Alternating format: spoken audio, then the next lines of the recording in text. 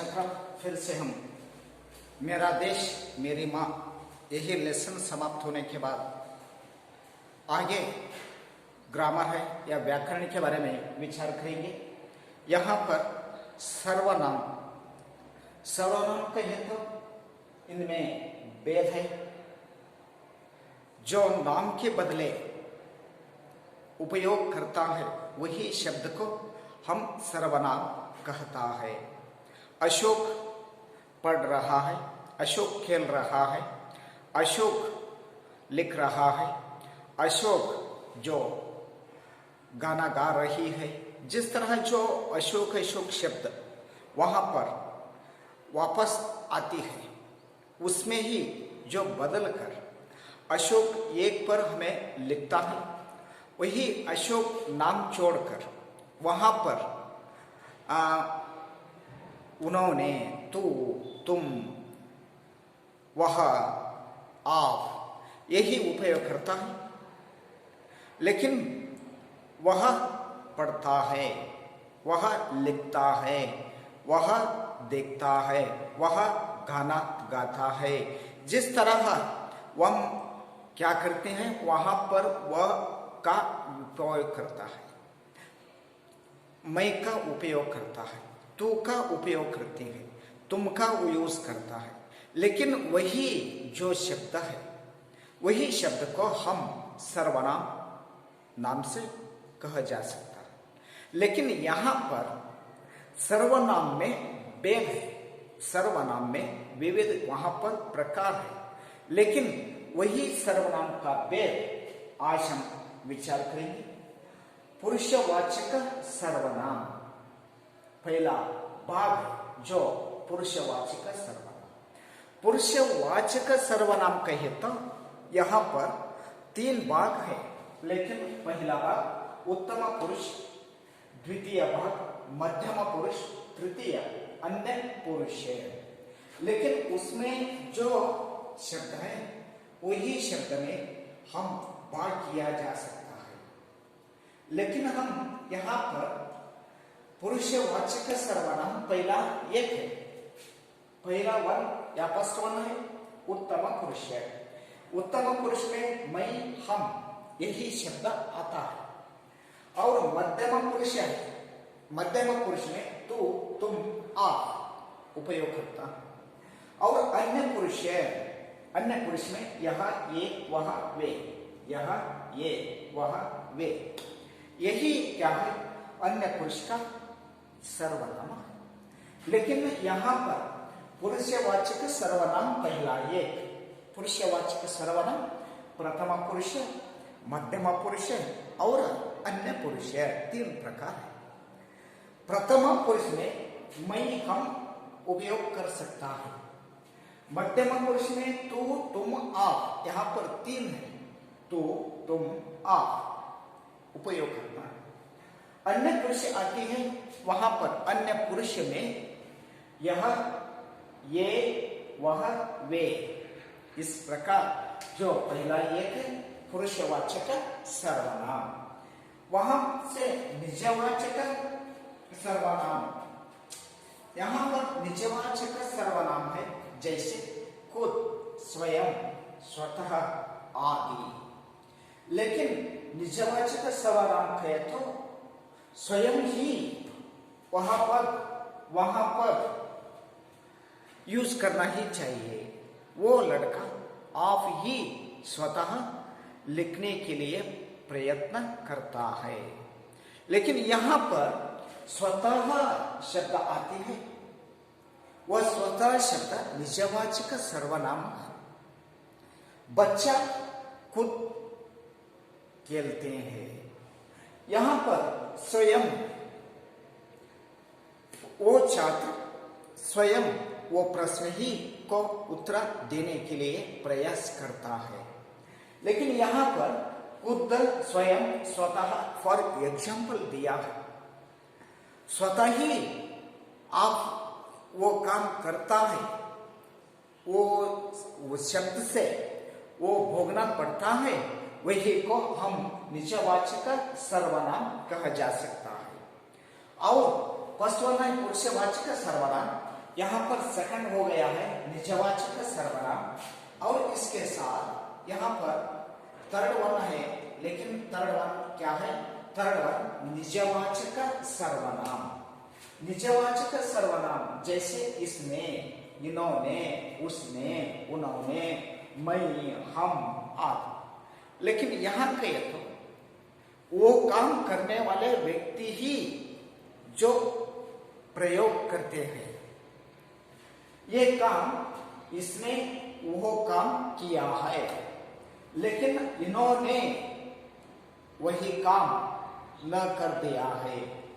उसने देखता है, लेकिन उन्होंने खेलता है।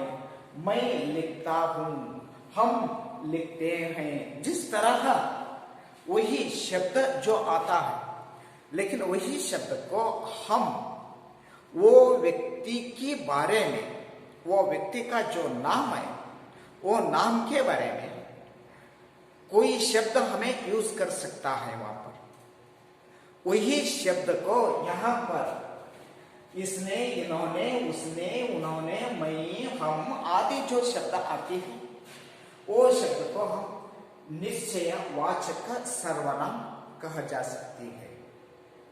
और चौथा वन है अनिश्चयवाचक। निश्चयवाचक से अपोजिट अनिश्चय।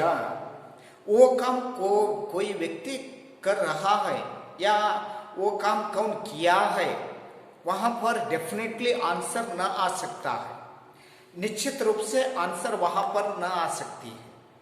यही शब्द को हमें यूज करता है, वही शब्द को हमें यूज करने तो वहां पर अनिश्चय हो सकता है, डेफिनेटली नहीं है वहां पर। जिसके लिए कोई ना ये काम करता है, कुछ ये काम कुछ हो सकता है, कहीं वो काम कहीं करेंगे। किसी भी एक व्यक्ति ने ये काम करने तो अच्छा हो सकता है, जिस तरह वहां पर डेफिनेटली नहीं है। यही निर्दिष्ट रूप से ही बताना वहां पर मुश्किल आ जा सकता है। यही शब्द कोई या कुछ या कहीं या किसी आदि जो शब्द आ जा सकता है, वही शब्द को हम अनिश्चय, यही निश्चय है, फिक्स है। जो काम करने वाला व्यक्ति वहां पर फिक्स है, इन्होंने ही काम करता है, उसने ही गलत बताया है, उसने ही कहे तो, यहां पर उसने कहे तो वहां पर एक फिक्स कैंडिडेट रहता है। लेकिन अनिश्चय है तो बहुत जनों के बीच में वही काम चल रहा था। एक व्यक्ति ने वो काम करता है, लेकिन कोई व्यक्ति वो काम करता है, वो मुश्किल बताने का बहुत ही मुश्किल आ जा सकता है, जिसके लिए अनिश्चित सर्वनाम या अनिश्चयक सर्वनाम हमें कहा जा सकता है। लाघित्व ने प्रश्नवाचक सर्वनाम। ये प्रश्न करने तो, ये क्वेश्चंस जो करना ही, आप ये क्वेश्चंस करता है, लेकिन यहाँ पर जो प्रश्नवाचक सर्वनाम, प्रश्नवाचक सर्वनाम कौन हो तुम, जिस तरह प्रश्न करती है, लेकिन कहाँ है, पुस्तक कहाँ है या किताब कहाँ है, पेन कहाँ है, लेकिन वही क्यों या किसमें आदि जो प्रश्नवाचक शब्द है, वो प्रश्नवाचक शब्द रहने तो कहां पर प्रश्नवाचक जो वर्ड यूज करता है, वही शब्द को हम प्रश्नवाचक सर्वनाम कहा जा सकता है। जैसे फॉर एग्जाम्पल दिया है यहाँ पर, कौन, ये प्रश्नवाचक शब्द है, कहां, क्यों, किसमें आदि जो है वो शब्द प्रश्नवाचक शब्द हमें कहता है। संबंधवाचक सर्वनाम रिलेशन, यहां पर वही शब्द है जो शब्द जोड़ सकता है या रिलेशन बनता है। रिलेशन या जोड़ने का पद होता है, वही शब्द को संबंधवाचक सर्वनाम हम कहता है। लेकिन जो सो, जब तम, जैसे तैसे, जहां तहां, वह बरसात आ गई है। जैसे तैसे वो बरसात इतना ही आया, उतना ही वहां पर पानी किनारे के पास चल दिया। जिस तरह हमें जो वाक्यों को संबंध करता है लेकिन ज्वाइंट करता है, वो संबंध करने का या ज्वाइंट करने का पद है, वह पद को हम यहाँ पर संबंधवाचक सर्वनाम से कहा जा सकता है।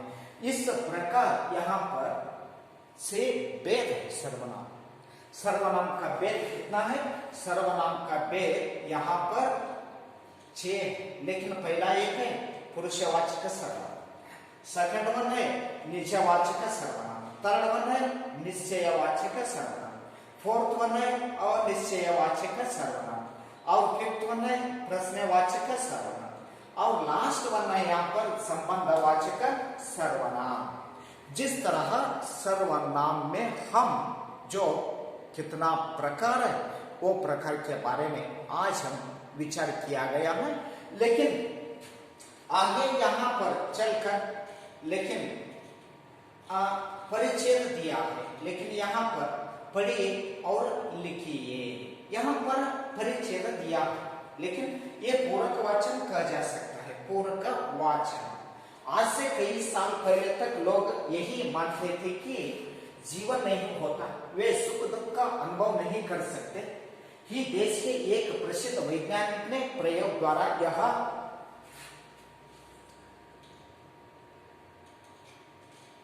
पेड़ पौधे में जीवन जो कर सकता है और जीवन होता है, उस पर भी हमारी तरह गर्मी सर्दी जो आदि आती है ना, उसके बारे में यहाँ पर लिखा है। लेकिन गर्मी सर्दी और विष आदि का प्रभाव पड़ता है। वे भी अन्य प्राणियों की तरह खाते पीते सोते जागते हंसते रोते काम करते और आराम करते हैं। लेकिन यहाँ पर जगदीश चंद्र बोस ने सबसे पहले इस बात का पता लगाया था और यह भी सिद्ध कर दिया है कि सभी जीव जंतुओं की तरह पेड़ पौधों में भी प्राण है, बिल्कुल हमारे तरह।